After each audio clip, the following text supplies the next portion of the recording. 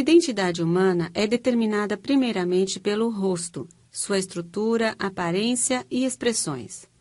As alterações determinadas pela idade que afetam a aparência do rosto podem levar o indivíduo a sentir que sua identidade mudou ao longo do tempo. Essas mudanças podem ocorrer nas regiões alta, média e baixa da face. No entanto, as do terço inferior geralmente são as mais aparentes. As modificações incluem o desenvolvimento de linhas profundas nas bochechas e em torno da boca, flacidez e excesso de pele nas bochechas, linha da mandíbula e pescoço e dobras ao redor do pescoço. Na maioria das vezes realizada entre os 45 e 55 anos, o lifting facial do terço inferior pode ajudar a diminuir rugas profundas, papadas e flacidez e dobras do pescoço, restaurando uma aparência mais firme e jovem.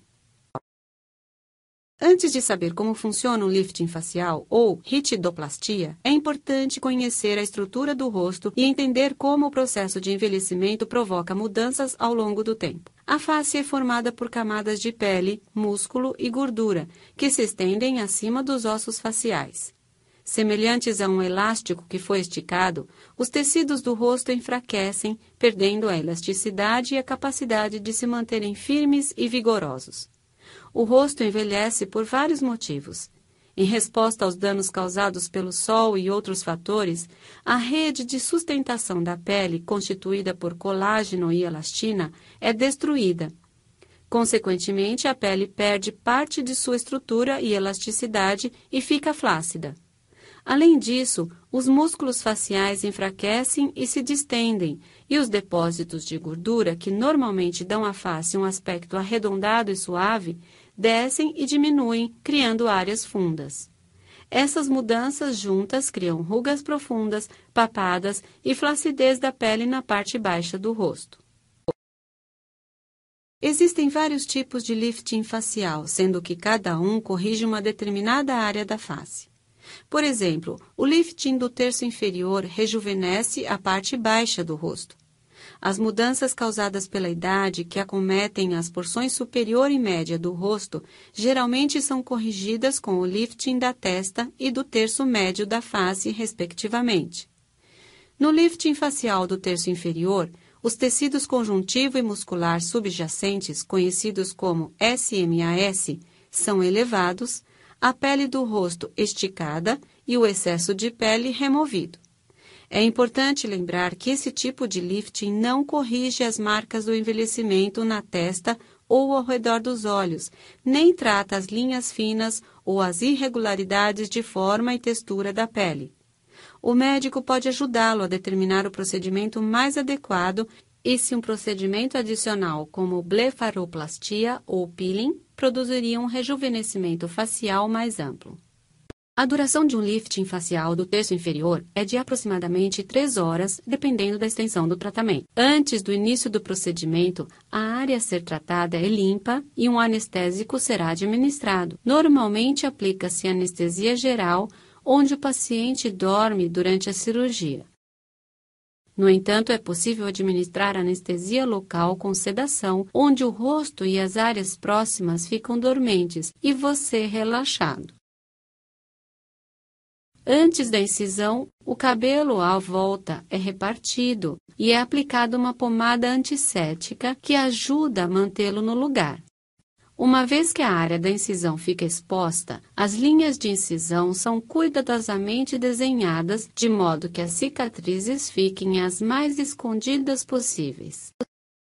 No lifting facial do terço inferior, é possível usar diferentes tipos de incisão. Habitualmente, é feita uma única incisão por dentro da linha do cabelo, que se estende para baixo ao redor do perímetro da orelha e segue novamente para a linha do cabelo atrás da cabeça. Mas converse com seu médico sobre os tipos de incisão que existem. Através da incisão, o cirurgião utiliza vários instrumentos cirúrgicos para separar a pele dos tecidos subjacentes da porção inferior da face, linha da mandíbula e pescoço. Dessa forma, a estrutura conhecida como SMAS fica exposta, que pode ser reposicionada para obter uma aparência mais jovial.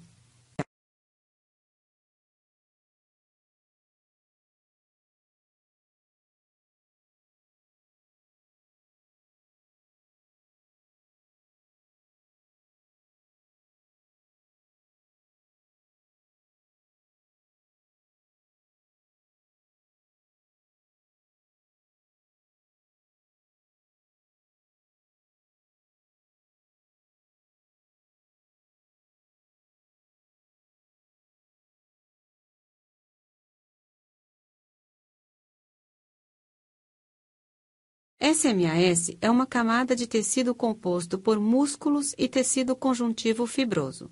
Embora nem todos os médicos manipulem o SMAS durante o lifting facial, alguns o reposicionam para elevar as estruturas faciais e deixar a aparência mais jovial. Existem vários métodos que podem ser utilizados para suspender o SMAS, como dobra ou remoção, em que o tecido é aumentado e suspenso com suturas. Apesar de as técnicas serem diferentes, todas elas suspendem e esticam as estruturas subjacentes da face.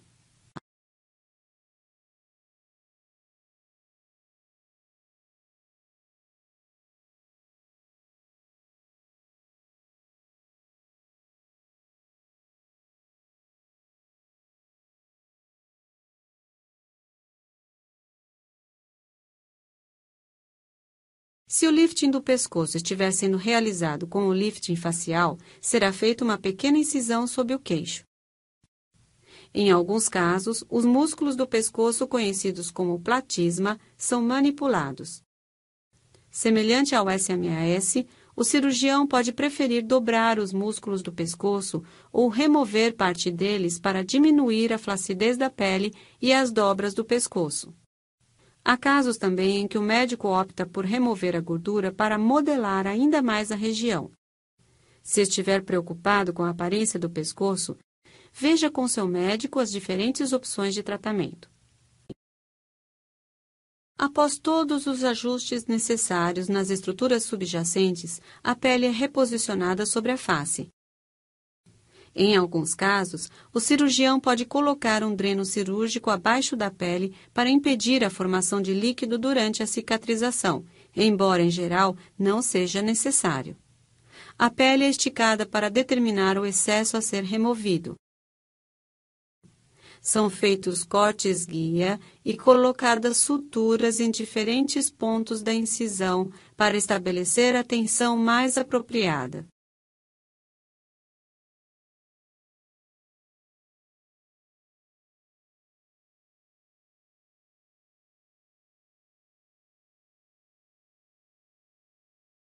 O cirurgião remove o excesso de pele ao redor dos contornos naturais da face e fecha o restante da incisão com suturas adicionais. Embora alguns médicos prefiram não utilizar curativos, outros podem aplicar uma bandagem mais frouxa ou uma malha de compressão para agilizar o processo de cicatrização. Essa malha é apertada e ajuda a diminuir o inchaço, evitando a formação de líquido, além de proporcionar conforto e sustentação. Apesar de as bandagens frouxas serem removidas em questão de dias, as malhas de compressão normalmente são usadas por algumas semanas. Como em todo procedimento cirúrgico, o paciente pode sentir dor, inchaço e apresentar hematomas, que desaparecerão em algumas semanas. Caso seja utilizado um dreno cirúrgico, ele geralmente será retirado um dia após o procedimento, e as suturas que não são absorvidas são removidas de 7 a 10 dias. Embora já se sinta apto a retornar ao trabalho em 1 ou 2 semanas, recomenda-se evitar atividades pesadas, como a prática de exercícios ou levantamento de peso, por até 3 semanas, de modo que seu corpo tenha tempo suficiente para cicatrizar. Os primeiros resultados normalmente aparecem logo após o procedimento e ficam ainda mais evidentes em 2 ou 3 semanas, à medida que o inchaço e os hematomas vão desaparecendo. Como o processo de cicatrização é diferente em cada pessoa, o resultado final pode demorar meses. É importante lembrar que, embora as cicatrizes sejam permanentes, elas normalmente ficam escondidas por dentro da linha do cabelo. Apesar do lifting facial não impedir o processo de envelhecimento, ele pode diminuir drasticamente a flacidez da pele do rosto e pescoço, mantendo seu aspecto jovial por muitos anos.